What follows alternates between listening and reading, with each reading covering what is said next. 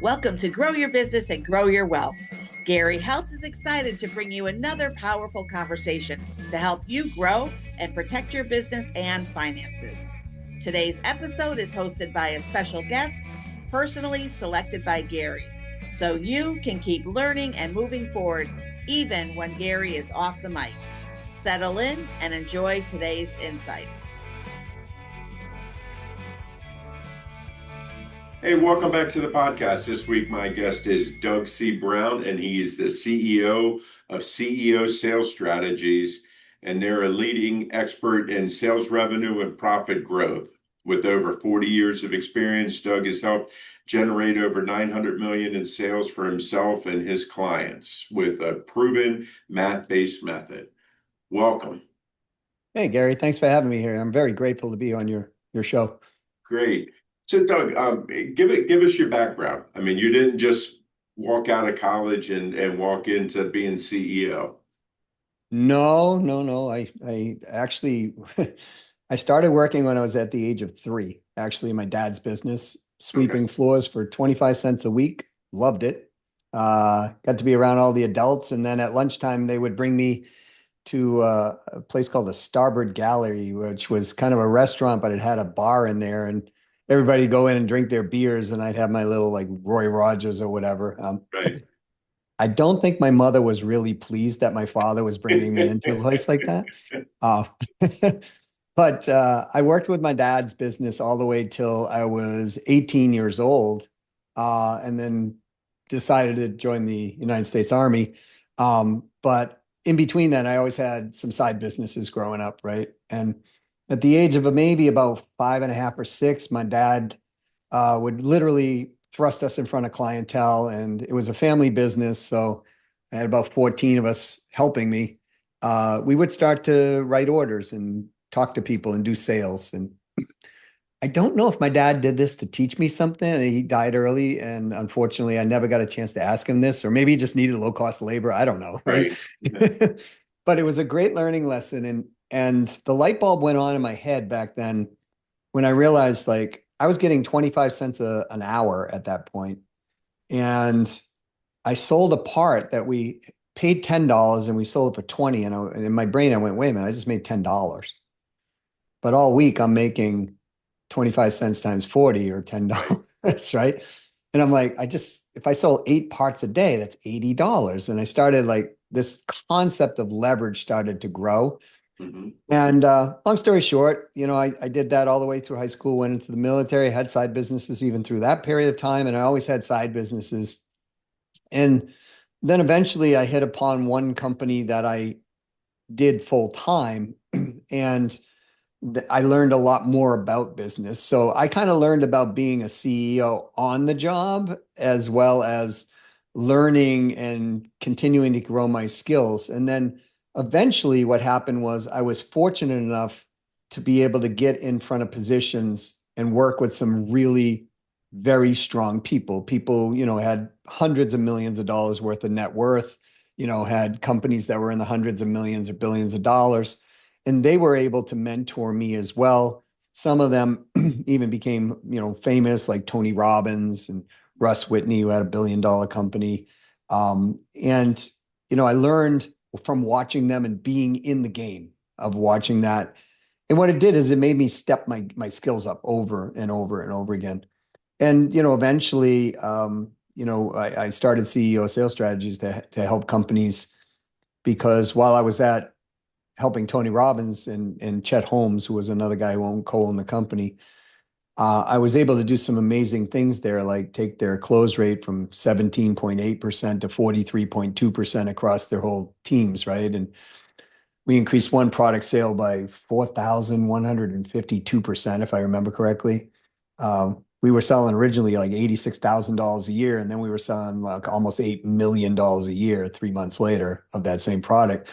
So what I realized is all my life skills and all my business skills kind of accumulated into this process of me looking at metrics and numbers and figuring out sales isn't math, but sales revenue growth is how you apply the math to particular metrics, if you will. And so then I started helping companies, and I was just getting amazing results helping companies. And then, one thing led to another. I've been involved in like 35 different businesses on my own. And long story short, I learned a lot. And I know what it's like to be on the other side of the fence, whether it's a solo entrepreneur or small team or running a large team. And, neither is easy, Right. right?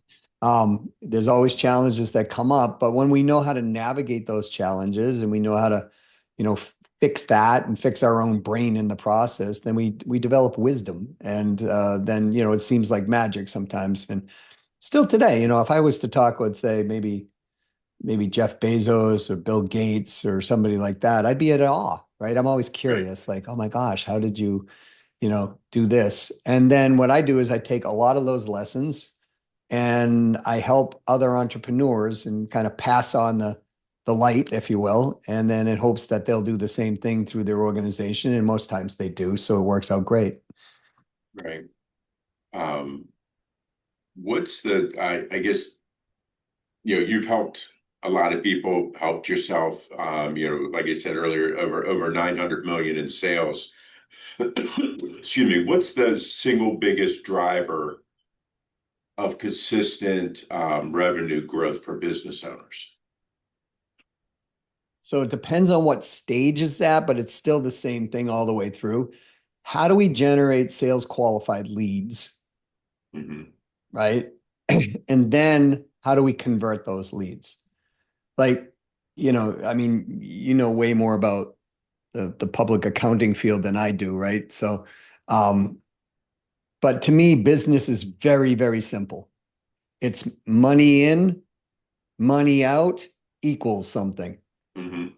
And if we follow that formula of just money in, money out equals something, at the end of that equals, it's either a break even, a loss, or a profit.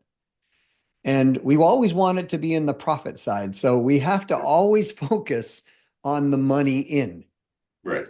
And the more we focus on the money in, the money out usually takes care of itself. But, I mean, maybe not if your company's like we know of, like 23andMe is, just, announced. So it's one of those things but the money in is usually the part that people don't focus on consistently. And so if we can get, and I would challenge anybody, let's say we got 6 new highly performing automated activities over the next 12 months working in our business, where we have inbound leads, but we're not just grabbing leads, we're actually figuring out who the ideal right fit buyer is. What are their motivations? What do they want? What do they need? What do they fear? What do they desire? And we're able to craft our messaging as such so that we're bringing really high quality sales, at least sales qualified leads. The business is going to do well no matter what, because the master prospector, Gary, will always outsell the master closer. And what most people don't think about is they think about the closing side of the business. And that's the easy side of the business, as long as you have the match.com, if you will, matchup, because you're talking to people who already are looking for something that you're doing, or at least they have a need of some sort, right? Because people buy for 3 reasons. They either have a problem, they're trying to resolve it. They either have a goal they want to reach, or they find an opportunity they just want to capitalize on. Okay. And those are the 3 reasons people buy. And so if we can structure our messaging to those 3 things consistently, we're going to attract more people that are interested in those 3 things. Therefore, we just don't have a lead, or we just don't have a marketing qualified lead. We're starting to get into a sales qualified lead. And now it's a conversation of conversion. How do we help you? How do you win? How do we win? How does everybody else win around this process? And then getting them to the result that they're looking for, and then expanding the sale, right? So we want to have new clients come out of that, i.e. referrals, repeat business coming out of that. We want to increase our transactional value of everything that we do with those folks. And again, this is all money in that we're doing. Right.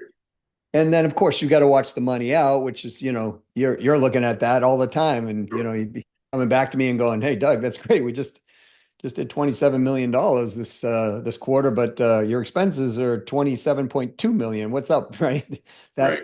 That's not a good thing to have unless the business strategy is like Amazon.com did or something, to get there. But the money out, I find, is not as big of a challenge as the money in. And if we focus on that side of it with consistent, never-ending prospecting, and we're focused on client acquisition versus anything else, usually that's the consistent growth, no matter whether they're a smaller company or a multi-billion dollar company. Multi-billion dollar companies do it through acquisition a lot of times, right? They'll go out and buy another entity to get that client base so that they can sell more of their own stuff as well as have the client base, buying what they're already buying. So there's different strategies to do it at different levels, but that's what I know.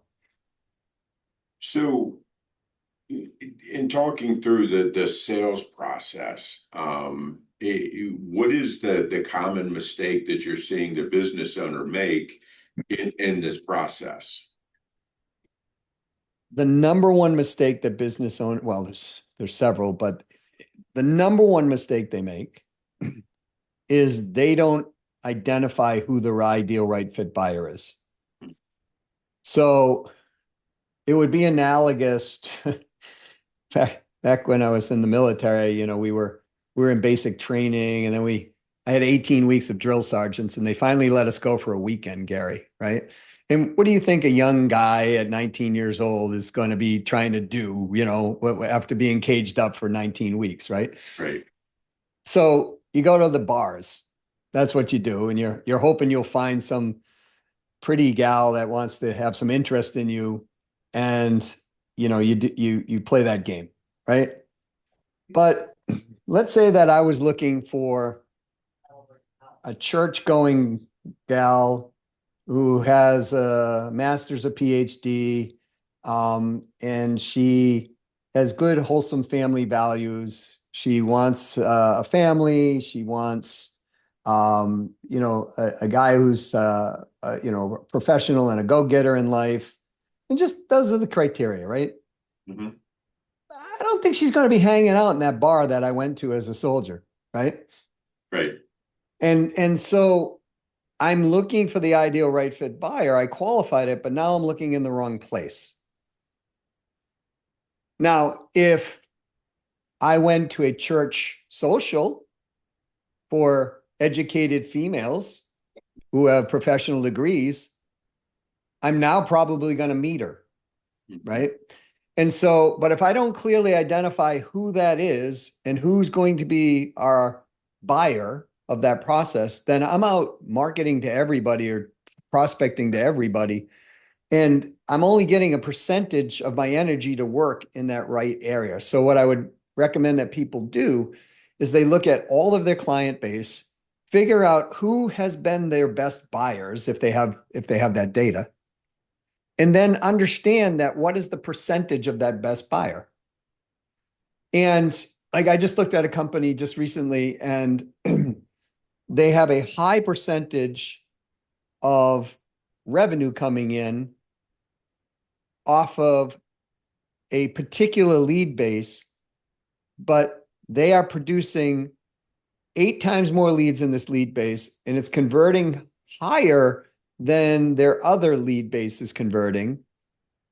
But the amount of time and energy that's being produced in that area, if they shifted some of that over to the ideal best buyer, they would actually have their business pretty close to double.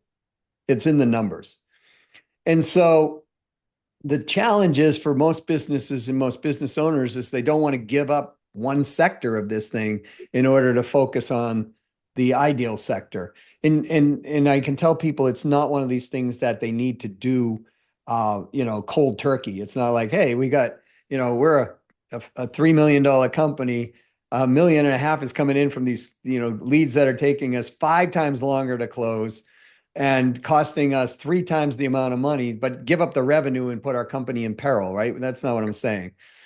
I'm saying, let's take 10% of that energy and start shifting it over into the other side. And then once you get that stabilized, shift another 10% and another 10%. And what they'll realize is their profitability will go up, their time value is definitely much better. And frankly, they're going to get better clients because those clients who are the ideal right fit buyers, i.e., the ones who buy more, buy faster, buy easier, right? Those people will refer us to other people like them. And so we can now extend through the sale. So I think that's the number one mistake they make. The number two mistake they make is they don't look long-term. They're looking transactional. Right. I make a sale here. Great, done. And what we want to be doing is always be building a relationship for a lifetime. And the more we do that, we build relationship capital. And the more relationship capital we build, the easier things get because that relationship capital happens to know someone or something that will eventually help us. Like I have a company named NASCAR as one of my clients. That came from a 3-year relationship that I had. And so I was just constantly following up with this relationship. And eventually they said, you know what, I want to introduce you to some of our clients. And I said, great. And they said, be here at 2:00. I'm like, yeah, with bells on. And I show up and it's like, hey, this is NASCAR. They want to, I'm like, whoa, Right. okay. So thanks. Right.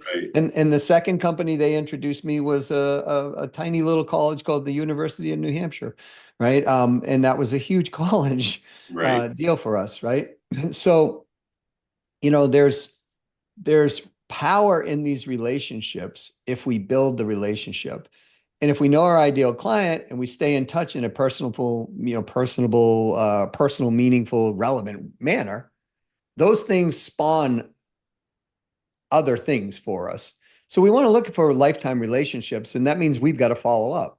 It's incumbent upon us to follow up and keep the relationship alive, top of mind. But I'd say those are probably the 3 things that I noticed that people are making mistakes on as far as growing the revenue. And then the final one, I guess, would be, which is primary too, is they're not anchoring their business with numbers, Gary. They're not like. Can you explain that? Yeah. So firstly, what's the truthful goal we want to achieve? Let's say we start, I don't know, we're in 2025, and let's say over the next 12 months in our business, we want to do this in revenue with this at profitability, right? People will talk about those numbers, but they don't commit to a truthful number. You know what I mean? It's like they don't look at and go, okay, we want to add, like I just talked to a gentleman, he's doing 7 million in his company. He wants to get to 9. And then he said on the call that I had with him originally, he goes, and if I could get to 10, that would be good too. And so I said to him, I said, what's the real number? Because if I build you a plan to get to 10 and I'm overwhelming your company because you don't want to get there, right? Because once we lock and load on that, as we said in the military, we're going forward. And when we go forward, you're going to commit funds to do this and you're going to commit personnel to do that. And it's like, you don't want to be turning that boat around in the tide midstream, right? So, because it's expensive to him. And Right. so, he's like, well, frankly, if I added 1 million, I'd be good. Okay, now we're getting to a truthful number, right? So let's build a plan on a $1 million growth. Cool. Now let's figure in all the numbers, money in, money out. This is where I would love to have a guy like you, Gary, right, sitting at the table, right? Right. Because I will ask them things like, okay, so what's your churn rate of your customer base? What's your refund rate of your customer base? What is the drop rate in your sales process? And they'll go, oh, nobody drops. I'm like, no, this is always, if nobody's dropping, you aren't talking to enough clientele. I mean, there's always a drop rate, right? Are we factoring in inflation that's happening in your industry, right? Like now tariffs are, the big word, right? So all of these factors, because let's say that our cost of sale is, I don't know, 35%. I'm making it up. But we think we need 100 sales to hit that $1 million, let's say. we might need 135 because of the cost of sale in order to actually hit that, to hit the profitability that they're looking at. And so that's step number 2, truthful goal, truthful numbers.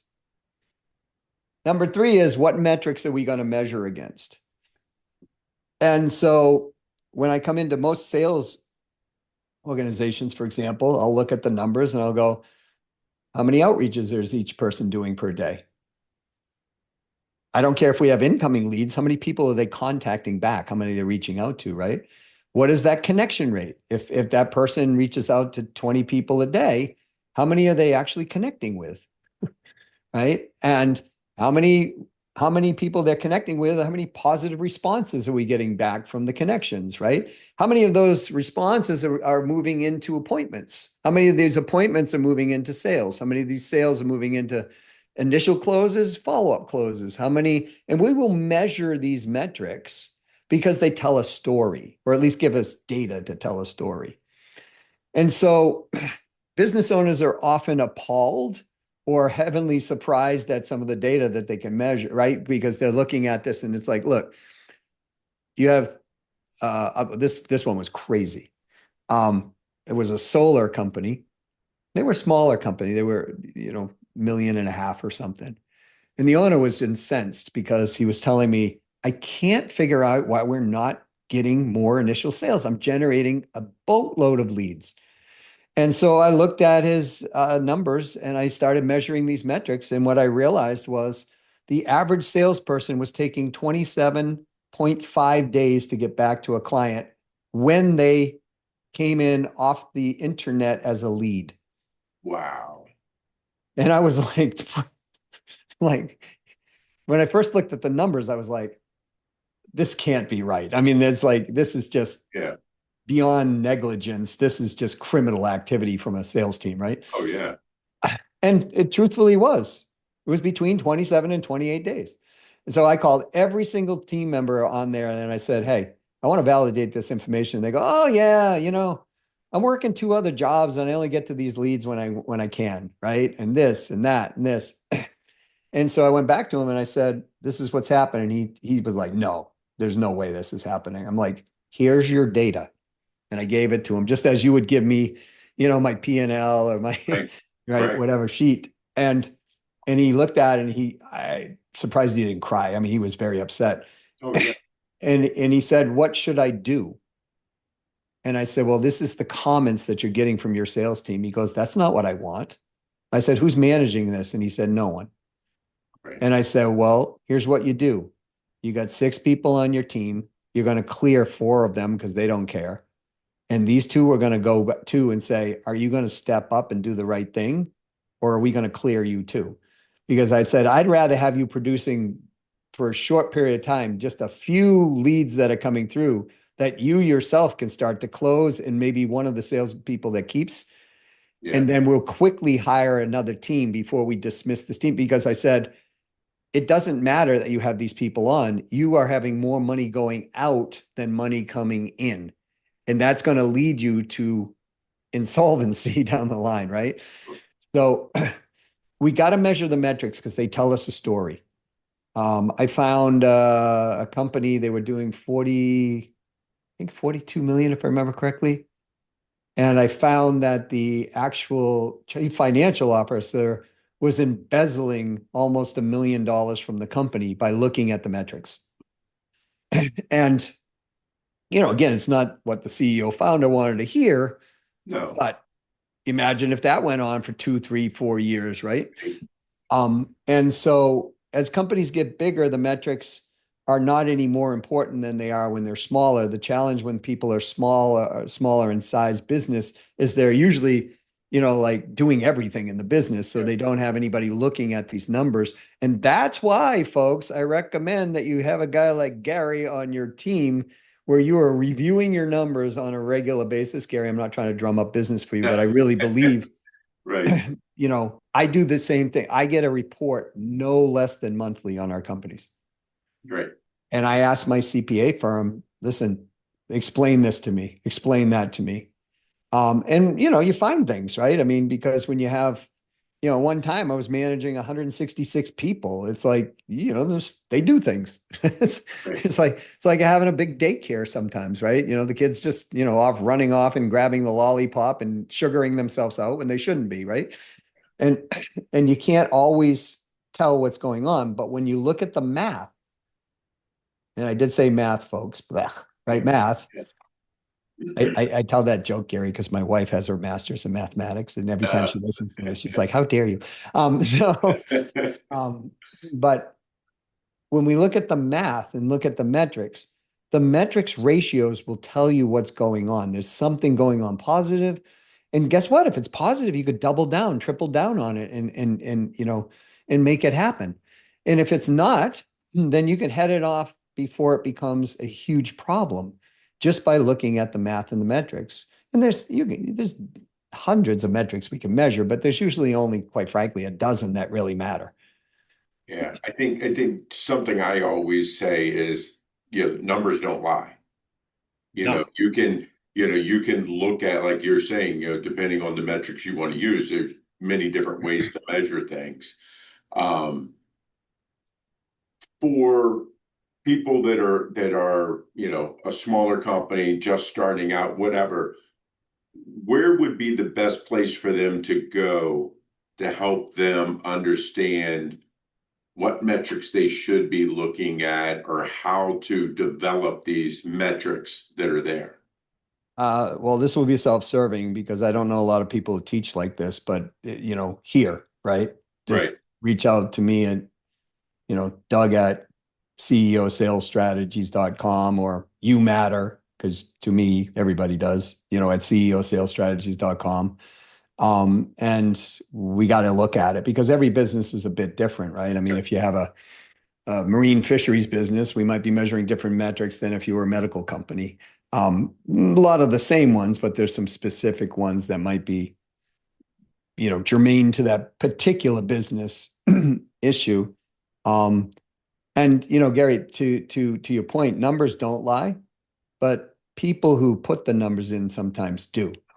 And so that's the other thing that they got to be aware of. I actually was working with a training company, and I found in their 2 years, I was just shocked. They were producing thousands of leads a week, just thousands and thousands and thousands.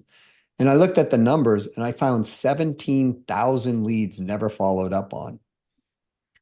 And they were costing them $13 a piece. So if we took 17,000 times 13, that means $221,000 worth of leads never followed up on in that year. Right. And when I looked at the metrics, I was like, something's off. I didn't know what it was. But as I started to dig into the story, what I found was the sales manager had her own qualification set. So she would look at a lead and say, "Oh, they probably don't have the money." Phew, and she just throw it in the junk pile. Now, here's the crazy part of this story. Oh, and by the way, she was reporting they had a 21% close rate, and their close rate was only 12.2% because of the lead. You know what I mean? And so when I looked at all this, I was like, we got to do something with these leads. So they were hiring new sales talent on a regular basis and decided, listen, you know what? Before the sales team can ever get live leads that they're generating, they've got to crawl back through these leads that are up to 2 years old, and they've got to make between 2 and 5 sales, depending on the position. And do you know, Gary, people were closing leads that were 18 months old. Wow, that's amazing. Right? Some people were actually saying to the sales team, geez, I don't know what happened. I was hoping to hear from you and no one ever got back to me. And we started generating hundreds of thousands of dollars in sales off those leads that would just been dead. So, it's a good like $1 million recoup between the cost of the lead and the amount of money coming back in. Right. No, I think that that's something that, as a business owner has got to drive you absolutely nuts. That it's like, okay, hey, I'm paying to get all these leads, and it may not be for the lead itself, but through whatever system you have set up. And then to find out that people aren't following up, somebody's calling, because that's the whole thing. You want your phone to ring, Yeah. but then now you don't have anybody there answering the phone because they're doing other stuff, Right. which makes absolutely no sense at all. Well, then that's where we need to get technology involved to actually capture this, right? And to set up the frame so that we can get back to the client. Because here's the thing, speed to close on an incoming lead is directly proportional to how quick, in at least 50% of the cases, data shows that if you answer a lead within 1 minute, the conversion rate is at least 10%. If you answer within 5 minutes, it's 5%. So there's 100% difference in conversion. And 50% of people, by statistics, will actually go with the person that called them first. Hmm. So Okay. the person who contacts them first, half the time they will get the sale over the other people. And so if nothing else, as a small business owner, and I used to do this, I mean, one of the businesses that I owned was an entertainment agency. We did like DJs and bands and things like that, right? And I used to get calls, and when the call came in and it hit a voicemail, let's say I was in a meeting or whatever, I would literally say, "Hey, hold on, I'm going to be right back." And I'd step out of the meeting and I would call. And let's say we did a lot of weddings and a lot of corporate events. But if, let's say it's a bride, and I would literally call within less than a minute, and she'd pick up the phone and I'd be like, "Hey, is this, Mary?" "Yes." "Hey, this is Doug with DJB Entertainment," right? And I'm giving you a call because you left a voicemail. And inevitably they would say this: "Wow, I didn't expect you were going to get back to me so quick." Right. Right. And then I would ask her these questions, Gary. I'd say, "Well, I'm a little confused. We're talking about your wedding, correct?" And she'd say, "Yes." And I'd say, "Should I make the assumption fairly that this is a pretty important day in your life?" And she'd go, "Yeah, it's been crazy. I've been thinking about this since I was 5 years old." Right. And I'd be like, "Well, now I'm really confused. I'm sure all the other DJ companies or entertainment companies you call have been calling you back quickly, have they not?" And she'd be like, "No, in fact, I've been calling for 2 days. You're the first person who came call me back." Right. Right. And I'd be like, I don't understand. I mean, this is a super important day to you and your family. And, I mean, I'm assuming you want this to go off without a hitch and you want to focus on your audience and not be chasing around your DJ company. Yes. And she would go, "Yes, that's the case." Well, I'd say, "Well, if you like this kind of service, wait till, it'll be fivefold when you hire us, because we understand it's your most important day." And and Gary, we had a 99% close rate on those leads coming through consistently over the years. Right. And so that's why I want to convey this to people. If you're getting a lead, I don't care if you go get a pager, the old technology of a pager. It's the moment that rings, check the voicemail, call back, right? Right. If the lead comes in, have it alert you. And if nothing else, have an automated something that fires back off that sounds personalized, Yeah. with a calendar link for them to be able to book a call with you, right?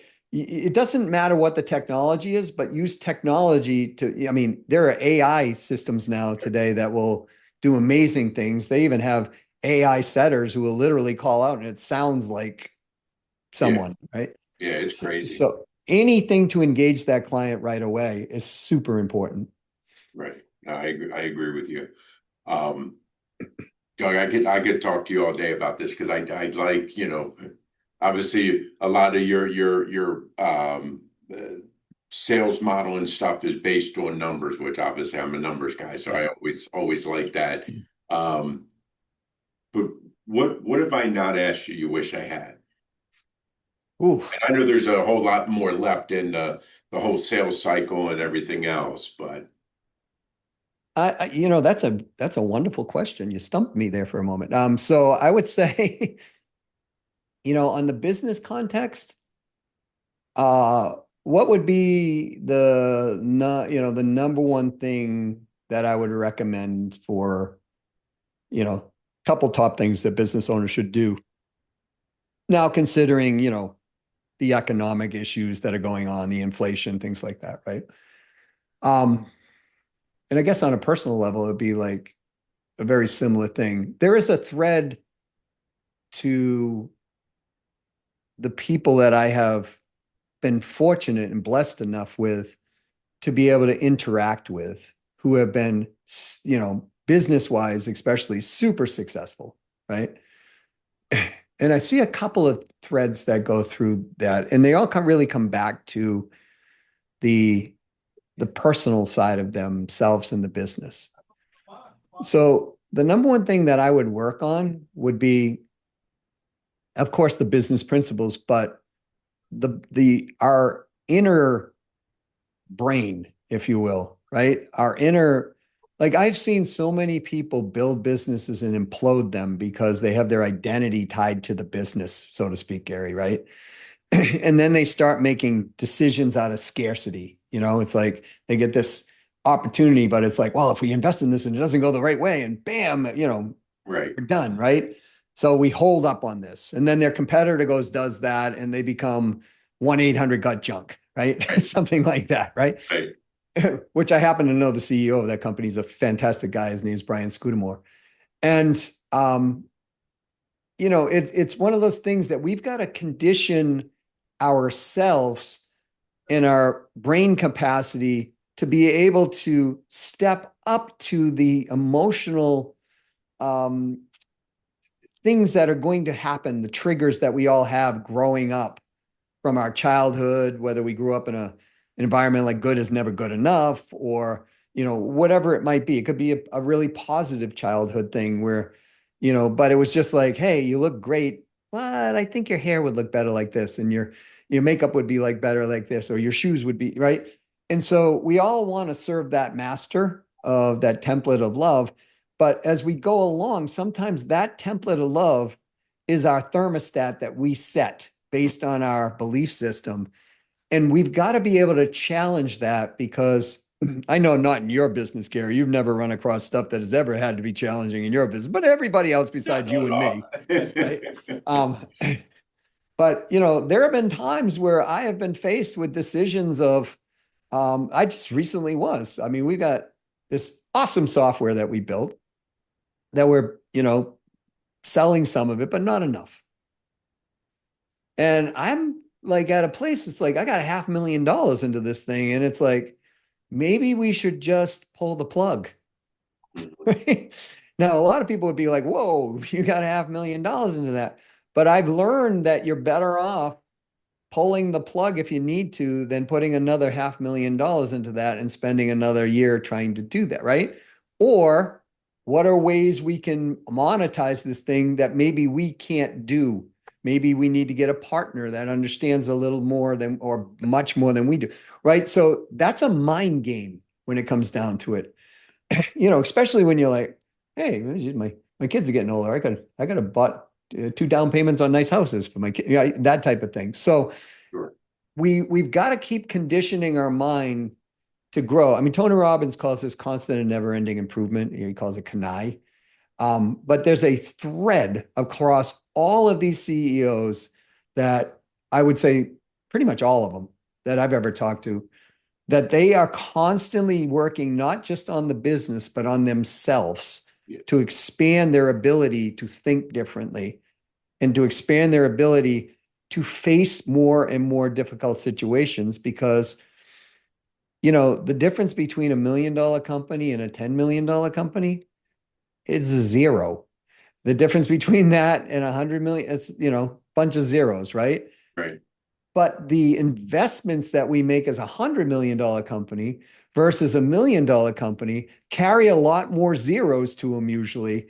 And many people have a challenge when they're faced with this uncertainty of being able to focus on, okay, what can I control versus what can't I control? And they start focusing too much on the, oh my gosh, tariffs just went up. Oh my gosh, inflation's hitting. Oh my gosh, this is happening. Right. And what they do, Gary, in a business context is they pull back. Right. So step 1, work on ourselves. And step 2, today more than ever, push the pedal down on client acquisition because of what I just said, most of your competitors, folks, are going to pull back. Right. And if you push forward during that time, eventually you become the lead in that field. And then economies always go up and down. I mean, Right. at least they have in my life. And then when the economy starts to swing back, guess what? You're positioned to be in the top spot and grow even more. But it comes with having the fortitude and the grit, I guess, to kind of push through these times. And that takes challenging thoughts to our brain. Right. I totally agree with that. I think that the shift in mindset many times as business owners, because we kind of get stuck in that rut. Yeah. We need to be able to do that. So, Doug, if people like what they hear, they want to learn more from you, they want to see some of the stuff you've done, how can they reach you? Where can they find you? They can reach out to me directly at doug@ceosalesstrategies.com. That's my personal email address. I always give my cell phone out. People are like, will you give your cell phone out? Yeah. Like, why not? Area code 832-549-4836, 832-549-4836.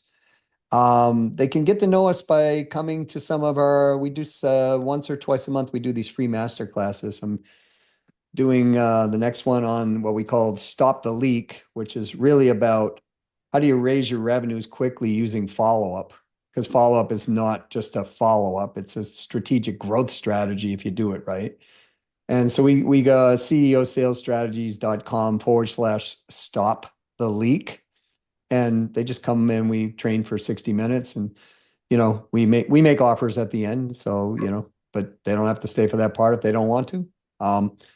And we do master classes on metrics growth and, things like that. So if they just let us know that that's what they would like to do, or they'd like to have a conversation, let's set up a call and see if it makes sense. If nothing else, they get good information out of it. And if, all works out and we can play win-win-win, then I can help them and my team can help them in the business. Great. Doug, really appreciate your time today. Sure, Gary. It was a pleasure. I really appreciate you having me here. Great. Hey, this week my guest was Doug C. Brown, and he is the CEO of CEO Sales Strategies, and I'll see you guys next week.